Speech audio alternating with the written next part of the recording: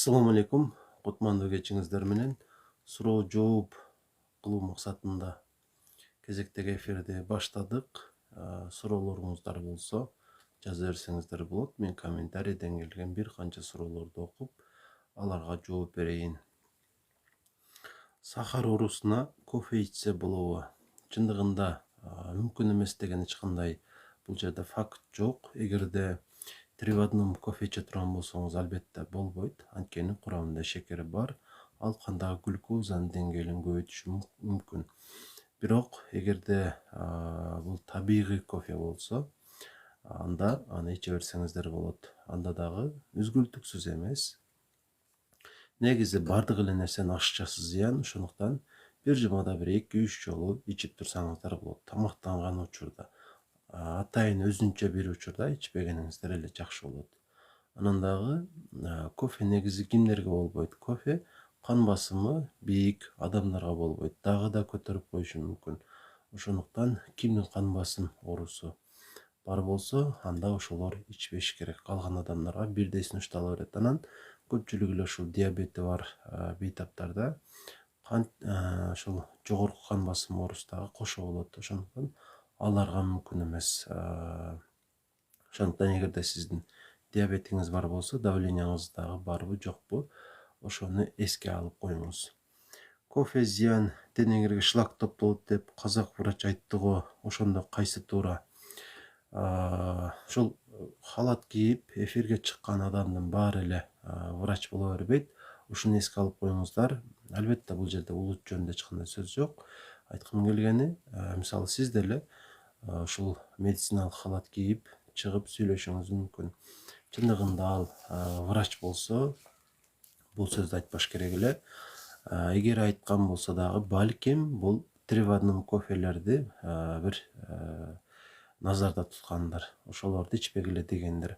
Негизи кофе биз үчүн өтө пайдалуу, айрыкча биздин боорубузга. Андыктан тез ичип турууга аракет кылыңыздар. Үзгүлтүксүз эмес, бирок тез, мисалы бир жумада 3-4 жолу. Ар күнү ичпегениңиздер жакшы. Давление жогорулар кофе ичсе болобу? Бул суроого да жооп берип өттүм. Давлениеңиз бар болсо, кофе ичпейсиз. Ал шекерлүү болсун, шекери жок болсун, айырмасы жок. Кайдан алабыз? Кофени кайдан алабыз деп сурап атат ошондо. Албетте базардан аласыздар. Мен эч кандай кофе сатпаймын. Деги эле мен эч нерсе сатпайм. Саламатсызбы? Алкоголдон кантип очищение кылса болот? Саламатчылык, энтероскел деген бар. Энтероскел паста түрүндөгү дары. Дарыканада сатат. Бир аш кашыктан 3 маал ичесиздер. Бир аш кашыктан 3 маал тамактан алыс убакытта, мисалы эртең менен ойгонгондо дароо бир аш кашык энтероскелди бир аз суу менен жутуп аласыз. Кийинкисин обедке бир саат калганда ичсеңиз болот. Акыркысын кечкурун укташыңызга 1 саат калганда ичсеңиз болот. Ушуну бир эчкор дегенде 3 күн ичип койсоңуз, организм кыйла тазаланып калат. Уулуу нерселерден ошол катары алкоголдон дагы тазаланып каласыздар. Ушул дарыны сунуштайм алкоголдон ууланганда.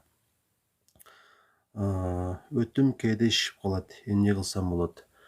Алейкум ассалам. Жакшы, рахмат. Өзүңүз кандайсыз? Чындыгында бул кызыктай суроо. Анткени өт ишип калганын адам кантип билиши мүмкүн? Балким ичиңиз көп, ушул вздутие болуп атканын сиз өтүм ишип калды деп айтып аткандарсыз. Балким тамактангандан кийин оорусуну болуп жаткандыр. Албетте диагнозду такташтырыш керек. Мындай диагноздор, өз алдыңыздарча коюп алган диагноздор, мисалы суук өттү дегендей диагноздор жарабайт сөзсүз түрдө. Так диагнозду коюп, ошого карап туруп дарыланыш керек. Давление түшүп көтөрүлүп турат. Кардиолог менен байланышып, тыгыз андан кеңеш алып туруш керек. Анткени давлениянын түшкөнү жаман, коркунучтуу. Балким кандайдыр бир оору бардыр. Аныкташыңыз керек болот. Анан балким жогорку кан басым оорусу бар дагы сизде. Дозаны корректировкалай албай жатасыз да, керектүү дозада ичпей жатасыз. Ошондуктан ушундай болуп жаткан болушу мүмкүн. Сөзсүз түрдө бир күндө 3 жолу өз убагында тамактаныш керек. Белок, углевод, май баарын керегинче алсаңыз жакшы болот. Витамин, микроэлементтер толуктайсыз, ошондо баары жакшы болот. Дарыларды болсо өз убагында айтылгандай дозада ичип жүрсөңүз жакшы болот. Анан кан басымдын дарылары боюнча ушулорунду айтып өтөйүн. Көпчүлүк ушул баары дебейин, көпчүлүк кан басымды түшүрчү дарыларды көтөрүлгөндө гана ичишет, же болбосо бир калыпты ичип жүрүшпөйт да. Чындыгында кан басымды түшүрчү дарылар бул кан басым көтөрүлүп кетпеши үчүн ичилет да. Ушуну эске алып коюңуздар. Кан басымды түшүрүш эмес, көтөрүлүп кетпеш үчүн, алдын алыш үчүн ичип жүрөсүздөр. Анан алардын эч кандай деле зыяны болбойт. Дагы бир нерсени эстикке алып коюңуздар. Мисалы Аторис бул кан болсо бул өтө коркунучтуу, анткени жада калса бул инсультка чейин алып барышы мүмкүн да. Кан басымдын 200 андан ашык көтөрүлгөндө сөзсүз түрдө дарыны корректировкалаңыз. Кардиолог менен байланышта болуңуз. 100гө чейин түшкөнү эми коркунучтуу эмес, төмөн жагы 100 болсо болот. Ушунчада жашагандар деле бар. Кыз жебекке ыраазычылык билдиребиз. Саламатчылык. Кезектеги суроо, катып атасыз? Азыр бир аз. Алейкум ассалам. Боор ооруганы кандай билинет? Боор ооруганы чындыгында башында билинбейт, бара билинет. Ички органдардын ушундай бир өзгөчөлүгү бар. Көбүнчө ооруган билинбей калат да, түшүп кеткенден кийин гана билинет. Ошол түшүп кеткен учурда ансыз деле ооруканага түшөсүз жана билинет. Ага чейин балким 2 ай 3 ай мурда деп коелу. Бир аз алсырайттырсыз, тамакка табитиңиз начарлайттыр, жеген тамагыңыз сиңбей кыйналаттырсыз, денеге кандайдыр бир жагымсыз нерселер чыгат. Ушул боордо маселе бар дегенди билдириши мүмкүн. Боордун анализин тапшырып көрүңүз эгерде күмөн пайда болсо. 2 эле анализди тапшырып көрүш керек. 3 тамгадан турат, экөө тең. АЛТ, АСТ, АЛТ, АСТ деп коебуз. Кез келген лабораторияга барып ушул 2 анализди тапшырсаңыз, бооруңуздун кандай иштеп жаткандыгын айтып берет. Гепатит Б-ны кантип дарыласа болот? Гепатит Б-нын бул гепатит деген сөз боордун клеткаларынын сезгенүүсү дегени. Анан Б деген бул вирустун түрү. Демек, боорду Б тибиндеги вирустар сезгенти. Анда эмне кылыш керек? Ыраазычылык билдирем Москва сизге дагы. Анда ушул вирусту азайтыш керек. Эч кур дегенде толук жок кылыш мүмкүн эмес, бирок минимумга түшүрөт. Минимумга түшкөндөн кийин бооруңуз жакшы эле калыбына келип, сизге жакшы кызмат кылып берет. Ошондуктан ошол боордогу ошо вирусту аныктап туруп, аны азайткан аракет кылынат. Албетте, гепатолог врачтын жардамы менен.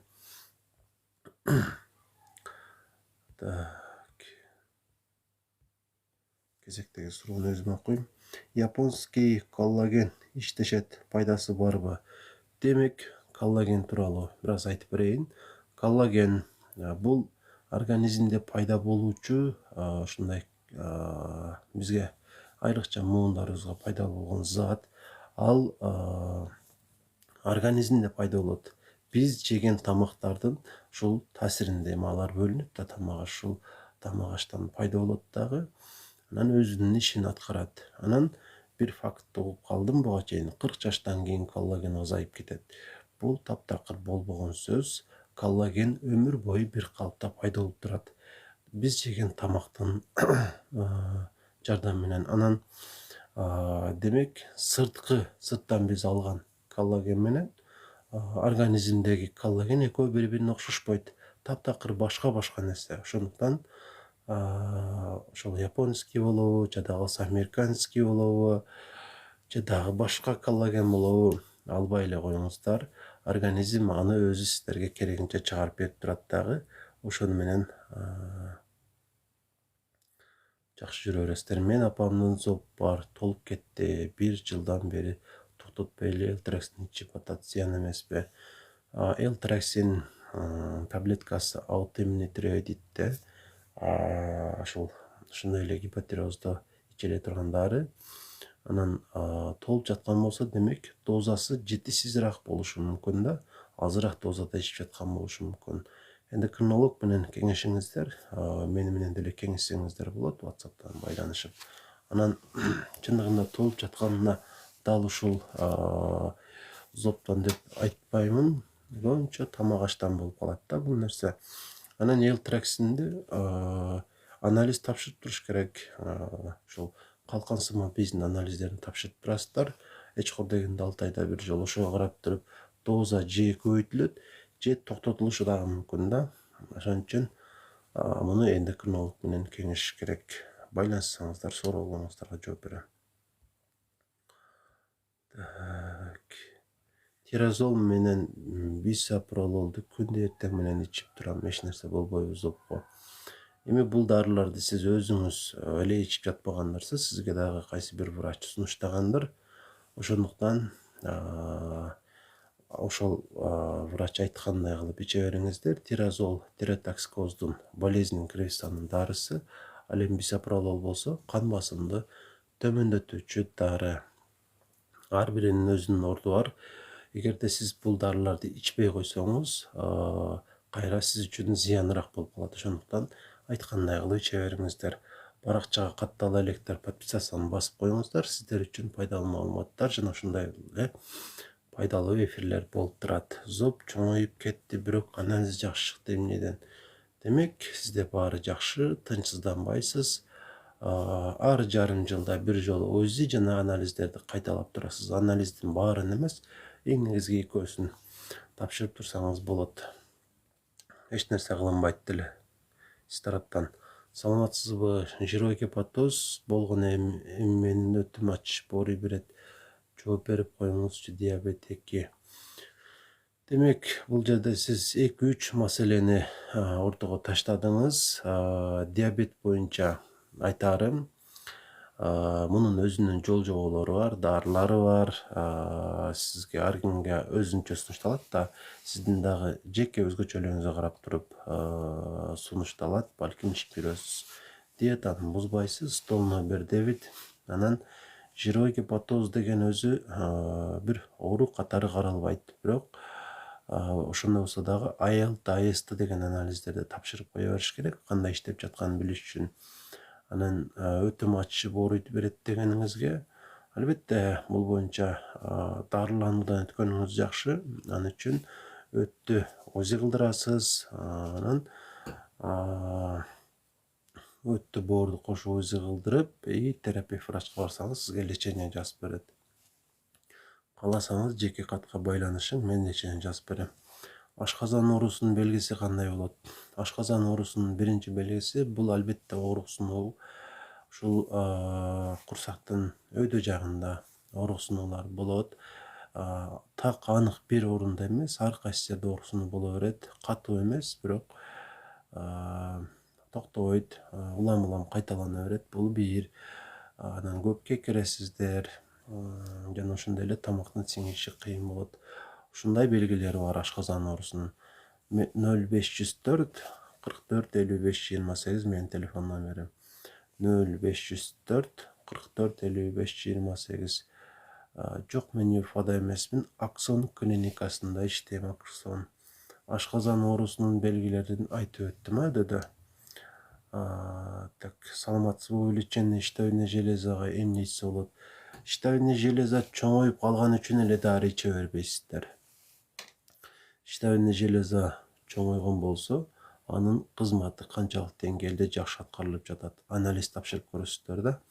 Анализдин негизинде сизге дары сунушталышы мүмкүн. Болбосо сунушталбайт дагы. Салам, мен лимфома көбөйүп жатат, лечение кылабы, операция кылабы, мойнумда жумурткада экен. Анын ошол клетканын табиятын көрүш керек. Доброкачественный, злокачественный деген болот. Эгерде доброкачественный болсо эле эч кандай лечение деле кылынбайт. Балким операция кылышка туура келиши мүмкүн. Алейкум ассалам, гастрит, эрозия дейт. Ашказанды кандай дары ичсе болот? Бир дары менен жакшы болуп кете албайсыз, ошондуктан бир канча дары ичишке туура келет. Ал үчүн жеке сүйлөшүш керек да. жеке катка жазыңыз, консультация аласыз. Консультация төлөмдүү болот, бирок ич катуу 15 күнгө чейин созулат. Ич катуу өтө көпкө созулат экен. Бул эми чыдатпай турган абалда бир жума дегенде деле көп. Негизи сиздики 15 күн демек, сөзсүз түрдө колоноскопия кылыш керек. Колоноскопия кылып, ичегилерди, жоон ичегини көрүш керек да. Долихосигма деген бар. Жоон ичеги узарып кеткен болушу мүмкүн. Дагы да карап көрүш керек. Өттүн ишин караш керек. Панический атаканы кантип жок кылабыз, ошо тууралуу айтып коесузбу? Рахмат. Панический атака диагнозу сизге так коюлган болсо, анын өзүнүн дарысы бар. Ошону ичесиздер. Алейкум ассалам. Астма болгондо постоянно кармай береби? Мага ошондой диагноз коюлган жок. Эгерде дарысын ичип жүрсөңүз, ал кайра кармай бербейт. Ассаламу алейкум. Сальбутамол колдонуп, мага ошондой диагноз коюлган. Ошол дары, чаччу дары. Ошону ичип жүрөсүз. Ичип жүрөсүз деген караң, чачып жүрөсүз. Бул аллергиянын эң бир жеткен чеги да. Аллах разы болсун. Көп жашаң балам. Рахмат. Жакшы жүрүң. Жакшы болуп кетиңиз. Мен суроолорду окуп бүттүм. Сиздер тараптан келген баракчага каттала электер подписаться дегенди басып коюңуздар. Доктор Аманбаев деген YouTube канал дагы бар. Ошол жактан дагы жакшы материалды көрсөңүздөр болот. Дал ушул азыркы болуп жаткан эфир дагы ошол жактан, YouTube'дан дагы чыгат. Аны ошол жактан көрүп алсаңыздар болот кийинчерээк. Ушул жоопту кайра угуу максатында, эгер кайра окуңуздар келсе. Демек, бардык суроолорго жооп болду бүгүнчө.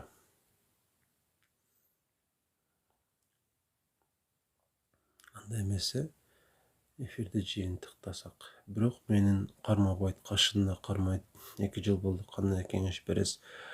Ошо аллергия боюнча дарыгерге барып, кеңешишиңиз керек да. Ушундай деп жагдайыңызды айтасыз. Мен сизге так айта албайм азыр. Сиз каякта иштейсиз? Ош шаарында, Аксон клиникасында. Рахмат. Зобко кандай анализ тапшырыш керек? Зобтун ошол гормональный анализдери болот. ТТГ, Т4 свободный, Т3 свободный, антитело ТП, антитело ТГ деген анализдер. 5 анализ бар. Ушуларды тапшырып көрөсүз жана ошонун негизинде сиздерге кеңеш берилет. Ва алейкум ассалам. Кош келипсиздер. Суроо жооп эфири болуп жатат. Андыктан суроолоруңуздар болсо жазсаңыздар болот. Билишимче жооп берем.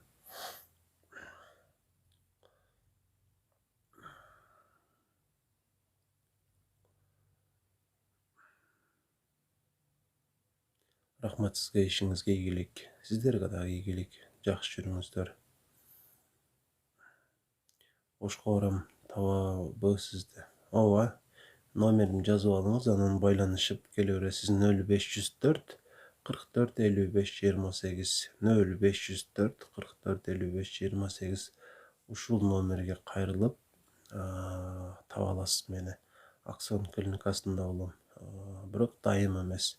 Кээде болом, кээде болбойм. Ошон үчүн келем дегендер байланышып келесиздер. Лимфоманы карайсызбы? Тилекке каршы бул маселеге мен жардам бере албайм. Онколог врачка кайрыласыз. Онкологияга барасыз да. Жатканда жүрөк башкача болуп, неудобно боло берем. Остеохондроз бар экен, болушу мүмкүнбү? Жок, бул остеохондроздон эмес, жүрөк. Негизи жүрөк менен остеохондроз андай деле бири-бирине таасир эте бербейт да.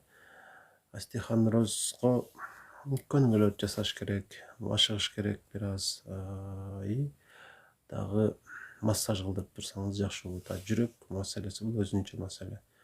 Анан жатканда кыйналуу, балким күндүзү кечке чарчагандырсыз, ошонун деле таасири болушу мүмкүн. Макул, анда эфирди жыйынтыктайлы. Буюрса сиздер менен дагы эфир кылабыз. Суроолор болсо видеолордун астындагы комментарийлерге деле жазып койсоңуздар болот. Мен бош болгондо карап жооп беришим мүмкүн. же атайын деле видео катары жооп берем. Сол лапатка дайым тору бар. Сол лапатта да дайыма тору бар.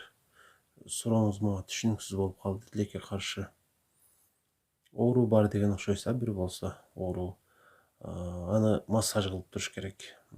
Анан электрофорез деген бар, ошону алсаңыз болот. Ооруканаларда болот, жада калса частный больницаларда деле бар. Саламатчылык. Эртерээк дем албай иче берсе болобу? Негизи дем алуу деген болбойт да. Бул өзүңүздө ушул гормон жетишсиз болуп жаткандыгы үчүн аны сырттан алып жатасыз. Сиз мындай элестетиң. Күндө суу ичесиз да туурабы? Ал зыян болбойт сизге. Күндө нан жейсиз, ал зыян болбойт сизге. Ушу сыяктуу эле карашыңыз керек да муну. Эч кандай зыян болбойт. Салмак кошуп эле жатам, бир айда 7 килограмм коштум. Арыктоо курсуна катышыңыз, арыкташыңызга мен жардам берем. Диетасыз, туура тамактануу менен.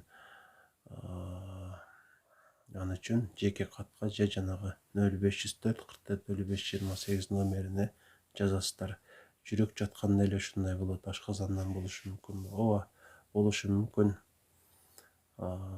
Бирок эми бир оорунун аз дегенде 3 симптому болот да. Ошон үчүн тыянак чыгарбаңыз өз алдыңызча. Алейкум ассалам. Кекире берем. Ашказаныңызды дарылаш керек. Ашказанда гастрит болушу мүмкүн. Экдоскопия, хеликобактер пилориге уреазный тест. Орозодо башталды. Ассаламу алейкум, врач. Язвенный колит неден келип чыгат? Гормон бузулгандан эмеспи? Алейкум ассалам.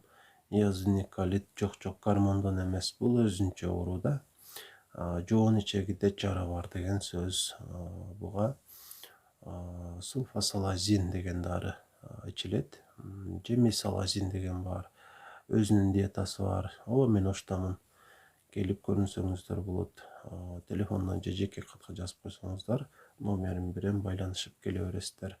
Алейкум ассалам.